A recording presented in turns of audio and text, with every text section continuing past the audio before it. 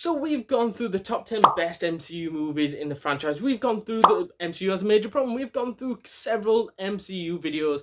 And the one that we haven't done yet is the top 10 best superheroes in the MCU. And the rules and regs for this video, we're not necessarily looking for the most powerful superhero, because we could have done that with Marvel in general. But I wanted to narrow this down to the best stories told with these characters and the best impact that they had on the future and success of this iconic franchise. In at number 10, Black Widow. Never take your eye off your opponent. Oh my God! For me, there's an argument for two different videos here. She could easily be on the top 10 best MCU superheroes. But then again, she could also be on the top 10 most underutilized characters within the MCU. Because to me, I don't think she's very underappreciated in the MCU. She had such a great impact on Winter Soldier, Civil War, Avengers Infinity War. She had her fingerprints all over a lot of the early days of the MCU, from phase 1 all the way up to phase 3. She was fantastic, and that Scarlett Johansson was an influence to many young girls growing up.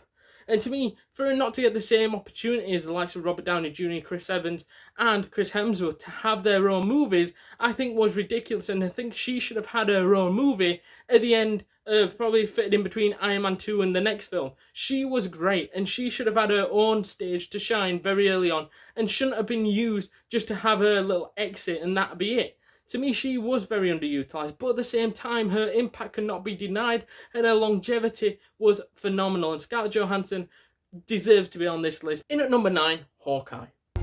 I retire for, what, like 5 minutes and it all goes to shit? For me, I think Hawkeye's in the similar sort of situation as Scarlett Johansson, and as many of us from a few years ago probably wouldn't even have thought Hawkeye was that utilised and would have been one of the top names in the underutilised. However, with the Hawkeye TV show, I think that opened up many of our eyes and thought, oh my God, they've just gave him the chance to be sort of like a mentor for the next Hawkeye coming through.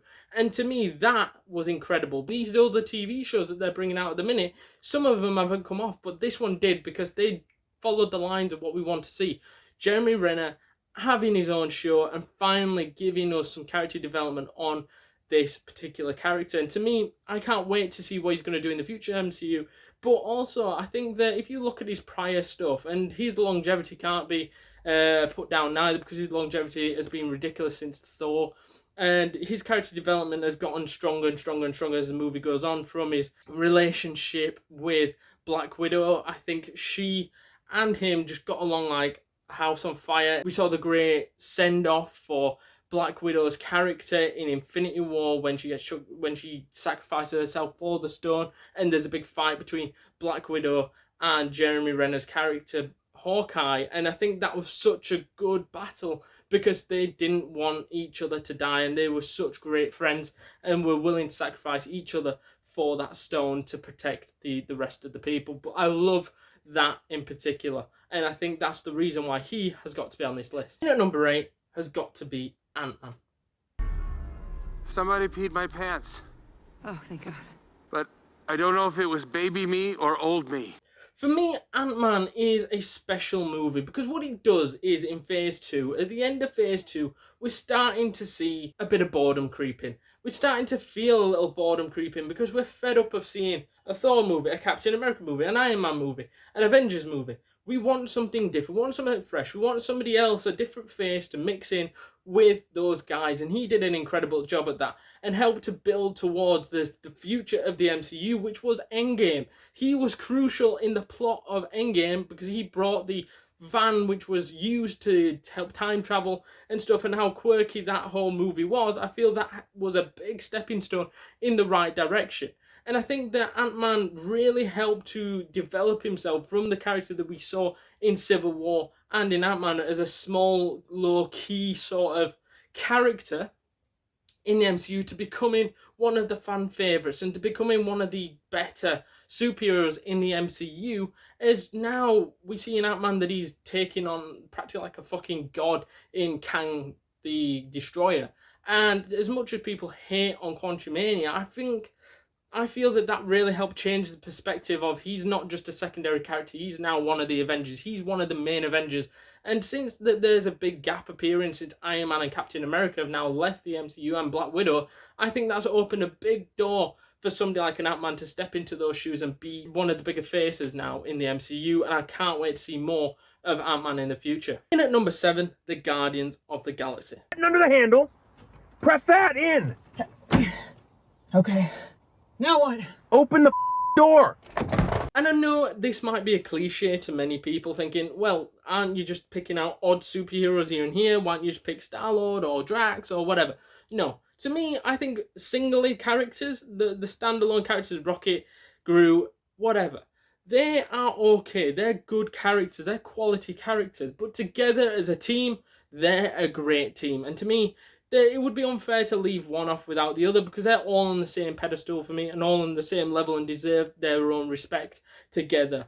And to me, I feel as that team, they've really helped put themselves on the same level as a Captain America, Thor, and Iron Man. On those sorts of levels of, this is different. This is a new, fresh set of characters that we're being introduced. And it took a few movies to get to that level. And to me, Guardians of the Galaxy 3 really cemented their position on my listing, because to me, they really explored the backstory of Rocket and plenty of the other characters trying to help out Rocket and save Rocket. And to me, this was an incredible journey from where they were entered into, and they were like your breath of fresh air that you needed in Phase 2. Like I mentioned with Ant-Man, I feel you needed that breath fresh of air in Phase 2 because we were tired of seeing the same old faces. And these gave us a new lease of life in those characters to build up to your Endgame and the Infinity War. They had a big hand in those two movies being successful, introducing these new exciting characters into the Avengers world, and to put them alongside some of your favourite Avengers and see how they fit and how the personalities will clash between them and which characters will get along with them. That was the most interesting part of that. And to me, the original Guardians, because now there's a second wave of Guardians look like they're coming through, to me just need to be on this list, because the way that they disbanded in Guardians of the Galaxy 3 was phenomenal. If you haven't seen that film yet, you need to go watch that. In at number 6, Doctor Strange. Scooby-Doo this shit. For me, Doctor Strange is an absolute great character, and I love Doctor Strange. And for somebody who never read the comic books and somebody who never heard of Doctor Strange before he came into the MCU, I was pleasantly surprised after watching the Doctor Strange film. He is practically on the same level as an Iron Man or Captain America, one of the most powerful, normal people possible. And he's human, but he can do all these fantastic fucking things. And he is just a great overall character. And I think he's had such a great impact in Infinity War, Endgame. Since his arrival, he seems to be one of the most impactful characters in the MCU now. He seems to be up there and seems to be the future of the MCU since Iron Man died. I think now he's taken over that mantle. In Multiverse of Madness, we are definitely seeing what Doctor Strange is and who Doctor Strange is, and he's even finding out who he is in other dimensions and stuff. And this sort of stuff I'm well into, and I love that character development, and I think he's been well utilised in the MCU for somebody who I'd never heard of, now being somebody who's etched in my mind forever as being one of the better Avengers, and seems to be doing really, really well in this version of the MCU now in Phase 4 or 5, whatever we're in. And I think I can't wait to see him in other projects. In at number 5, the OG Black Panther played by Chadwick Boseman. Wakanda forever! To me, this character really made an impact for me. I didn't know this character, similar to Doctor Strange, did not know this character from Adam. But when he came into the universe, I was like, oh shit, this is a character, this is the future of the MCU. And unfortunately, that couldn't materialise. Obviously, he didn't make any further appearances past What If, and that was just a voiceover. He came in, had a great impact in Infinity War and Endgame. But I think those little 4 movies that he was in really went, oh shit, this character's going to be the future of the MCU. And unfortunately, like I said, that didn't materialise. But on Chadwick Boseman, I think he deserves to be on the list because of that impact. And because of not knowing who he was, and then now being one of the most legendary characters in the MCU for his impact and for being a fan favourite. In at number 4, SpiderMan. Mr. Stark, it smells like a new car in here. For me, Spider-Man will always be an integral part of Marvel. Whether you agree or disagree with that statement is up to you. But to me, Spider-Man will always be in that conversation for one of the greatest superheroes ever. And this version is phenomenal. As to me, when he comes in, there isn't really a backstory, but we already know it. We've seen Spider-Man, Sam Raimi's Spider-Man. We've seen the Amazing Spider-Man with Andrew Garfield in. We've seen all these great Spider-Man movies. We know the backstory. We know now what Peter Parker's backstory is. We didn't need to see that. So I'm glad the MCU went, yeah, we don't need to see that. So that gave more time on the actual character development of Peter Parker, not needing a quick backstory on Uncle Ben, because we know that. And watching Peter go through this development of being a protege of Tony Stark to then being introduced really into the Avengers films, how brutal, and seeing some of your friends die and things like that, it's horrible. But then after that, so watching his mentor die, and that triggered something, and was then alone and had to think for himself and take all the pressures of being Spider-Man in Far From Home. And we see how he basically crumbles a little bit under the pressure there. Then we find out that Spider-Man is Peter Parker, and that leads on to No Way Home, where it is like the whole struggle of being Spider-Man. Now we're finding out what it means to be Spider-Man, which has never been explored in any of the other Spider-Mans to this level, and I loved it. And I think this Spider-Man No Way Home really cemented him on this list, and this high up in the list, because to me, if you look at the movies that he's had, Homecoming, yeah, that was pretty weak. Far From Home, one of the greatest Spider-Man movies of all time. Same with No Way Home. Fucking hell. And then obviously he was involved in Endgame and Infinity War, and you're just thinking, fuck.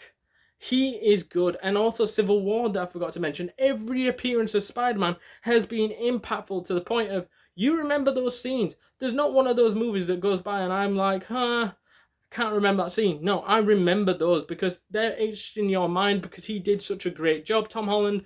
And those iconic scenes with Tony and things like that, and even with him, his friends and stuff, is iconic. And for me, he's got to be in that list because of the short time that he spent in the MCU so far, he's been phenomenal. In at number 3, Thor. You're being a really bad friend. For me, Thor is a great and iconic character in the MCU, but it didn't start off that way. In Thor 1, we didn't really get to see the full aspects of what this Thor character was capable of. And to me, the film wasn't replicating of this iconic character. Then we saw his Avengers appearance, and that's what we expected Thor to be. But then when we went back to his Thor, the franchise again, they fucked it up and was like, no, Chris, no. This is not what we want to see from Thor. And I know it weren't his fault, but he was in that film and he bombed, and we're thinking, no, this Thor character is not going to last long if he can't be successful in his own films. But then that's when we saw him in Avengers 2 and was like, he's still great. We trust him. Then Thor 3 comes out and we're like, fucking hell, this is the best thing since sliced bread.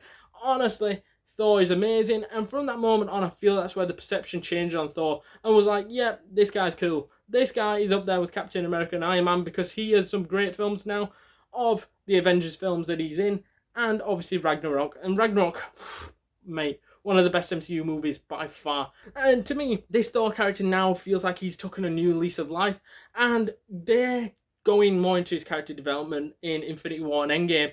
And to me, that character development was fantastic because that was like, he had the chance to kill Thanos, he didn't take it, and then goes into this heap of depression in Endgame of he should have been the one to finish that and he should have done that. And to me, when he finally does kill Thanos, he thought that would put an end to it, but obviously the people that he killed off and the people that disappeared, which weren't known at the time, don't come back, and he's a bit like miffed and goes into that depression. I think it took him a lot to get out of that mold of watching most of his friends disappear. But then after when they all come back and we've seen Thor 4, and I know a lot of people aren't a big fan of Thor 4, I think it really just builds on that Thor character a little bit more and keeps that comedy side going up and seeing the Thor that we grew to love and get out that depression phase that he was in.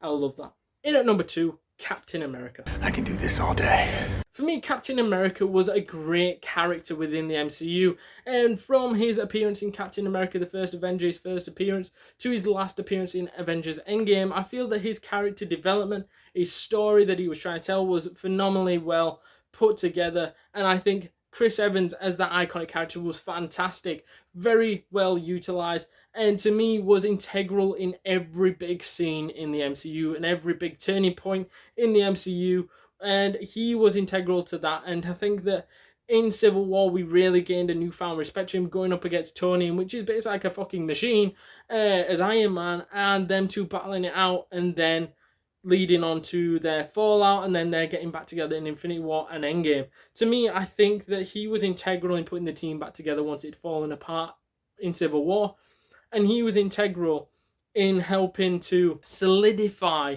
a great end to Endgame. A lot of people talk about Tony's death in Avengers Endgame, but I think what isn't spoken about enough is Chris Evans' departure and ending his little story that he had, going back to see Peggy and being able to go back to the past and spend the rest of her life with him and everything like that. And even though he got older and gave the shield to Falcon, I think that was a great monumental moment that can't be disregarded, and to me, he earned that departure. In at number 1, obviously, Iron Man.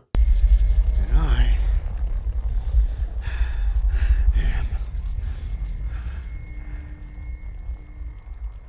Iron Man. For me, Iron Man was always going to be number 1. Even before you clicked on this video, I think you guys knew Iron Man was going to be the top of this list, because any other answer is practically wrong, in my opinion. And people might think that Iron Man's overrated. I don't. I think he revolutionized what the MCU was going to be from his very first appearance in his movie, and started off the MCU in Iron Man all the way to his departure in Endgame. For me, Robert Downey Jr. played that character well and was funny, different, and just gave this MCU a different vibe that we was missing in other previous Marvel movies.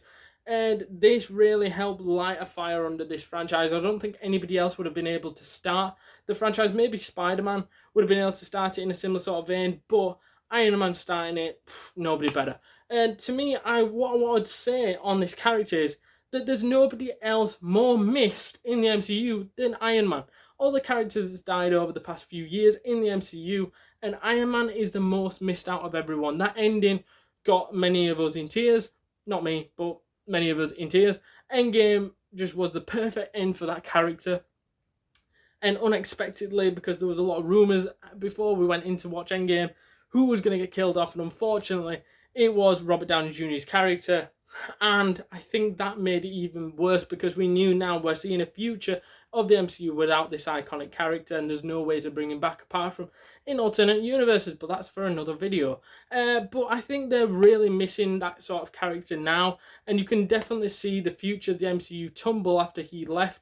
I think a lot of people want him back as a symbol of like hope, of going, oh, the MCU is back to normal again, yay. But obviously I think the story that was told of him being introduced, then going through the PTSD angle from the Avengers, and then his rivalry with Captain America, everything slotted into place. Everything just fitted. And for that story, for that character, it was well worked. And he was the most utilised and the best utilised character in the MCU, hence why he's number 1. So, thank you guys for sticking around. If you haven't done so yet, comment down below your top 10s, or what is your top 10 best superheroes in the MCU? Is it different from mine? Is any that you would take out my list and put in somebody else? Let us know all that down in the comments down below. My opinion is going to be different from yours, and I want to hear from you guys. Let us know down in the comments down below. Also, while you're going, it would be much appreciated for the 1% of people that managed to stick around to the end of the video to hit that like button. Also, don't mind hitting that subscribe button if you're not subscribed. That would be much appreciated. And I shall see you guys in the next one. Later.